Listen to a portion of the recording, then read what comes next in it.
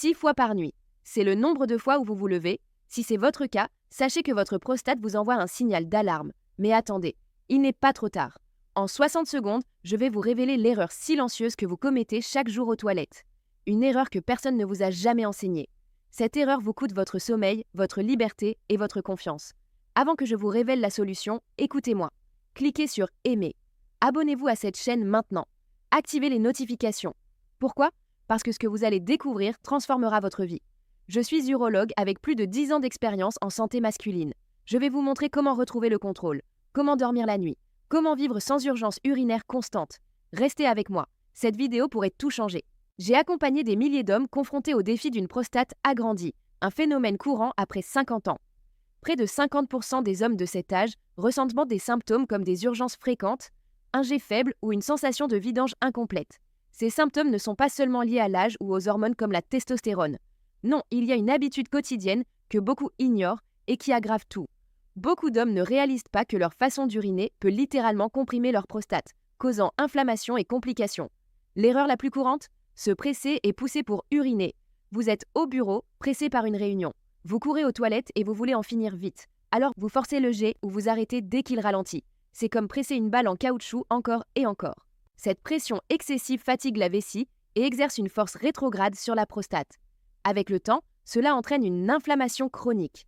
Selon des études médicales, cette tension répétée peut augmenter les symptômes urinaires de 30% et favoriser l'urine résiduelle. Ce liquide stagnant devient un terrain fertile pour les bactéries. Prenons l'exemple d'un homme de 58 ans. Il se levait 6 fois par nuit au point de redouter de quitter sa maison. Un jour, en route pour une réunion cruciale, il a dû s'arrêter d'urgence sur l'autoroute, manquant presque un accident. Ce moment de panique l'a poussé à consulter. Il poussait pour uriner depuis des décennies, pensant que c'était normal. Cette habitude surchargeait sa vessie, affaiblissant le muscle responsable de la vidange. Résultat, une vessie qui ne se vide jamais complètement. La solution est simple mais puissante. Ne poussez pas. Prenez votre temps. Laissez le jet démarrer naturellement sans forcer et restez quelques secondes après avoir cru avoir fini. Penchez-vous légèrement en avant. Détendez-vous. Cette pause, si simple, peut réduire la pression sur votre prostate de 30% selon des études urologiques. Ce petit moment de patience permet à la vessie de mieux communiquer avec le cerveau, évitant l'inflammation et protégeant la prostate à long terme. Ce patient a adopté cette technique et en quelques semaines, ses nuits sont passées de 6 réveils à 2.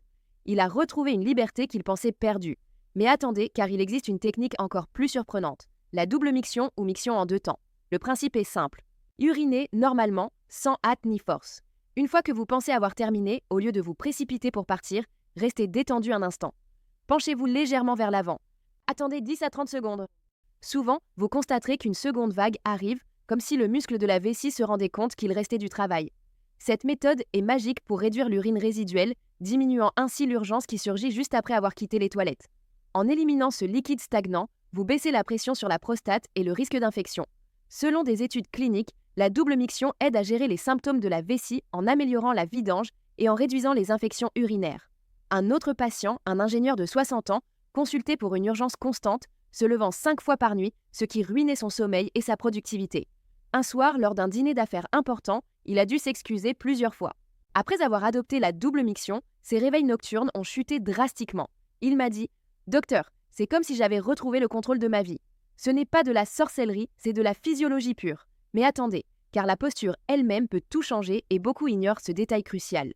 Pour la majorité des hommes, uriner debout est un rituel ancré, presque un symbole de virilité. Pourtant, pour la santé de la prostate, uriner assis est presque toujours supérieur. Quand la prostate grossit, l'angle de l'urètre se modifie. Uriner debout peut empêcher une relaxation complète de la vessie, laissant plus d'urine résiduelle. A l'inverse, la position assise détend le plancher pelvien, ouvre l'angle urétral et permet un jet plus fort et une vidange plus complète. Des études confirment que chez les hommes avec des symptômes d'hyperplasie bénigne, uriner assis réduit le volume résiduel post-miction d'environ 25 ml par rapport à la position debout. Un de mes patients, un artisan de 55 ans, était réticent, mais ses passages aux toilettes étaient si fréquents qu'il évitait les sorties longues. Après une semaine d'adaptation à uriner assis, il a vu ses symptômes diminuer de moitié. Il m'a confié « Docteur, peu importe ce qu'on en pense, je dors enfin la nuit et je vis librement. C'est l'état d'esprit idéal. Priorisez la santé sur les conventions. Mais la pièce finale du puzzle réside dans votre alimentation que beaucoup sous-estiment. Nous avons évoqué les techniques de miction et la posture, mais tout cela s'amplifie quand vous soutenez votre prostate de l'intérieur. En tant qu'urologue, j'observe que l'inflammation chronique est un facteur clé dans de nombreuses affections. Tout comme la poussée crée un stress mécanique, une alimentation pro-inflammatoire génère un stress biologique. C'est pourquoi le dernier conseil consiste à nourrir votre prostate avec des aliments qui combattent l'inflammation. Des études montrent que des régimes riches en antioxydants réduisent les symptômes prostatiques. Pensez au lycopène des tomates cuites, un puissant antioxydant lié à une baisse de l'inflammation et du volume prostatique. Des recherches indiquent qu'il peut ralentir la progression de problèmes plus graves comme le cancer de la prostate. Considérez aussi le zinc, présent en haute concentration dans la prostate. Il est essentiel à son fonctionnement. On le trouve dans les graines de courge, les noix et les légumineuses. Des études soulignent son rôle dans le maintien de la santé prostatique.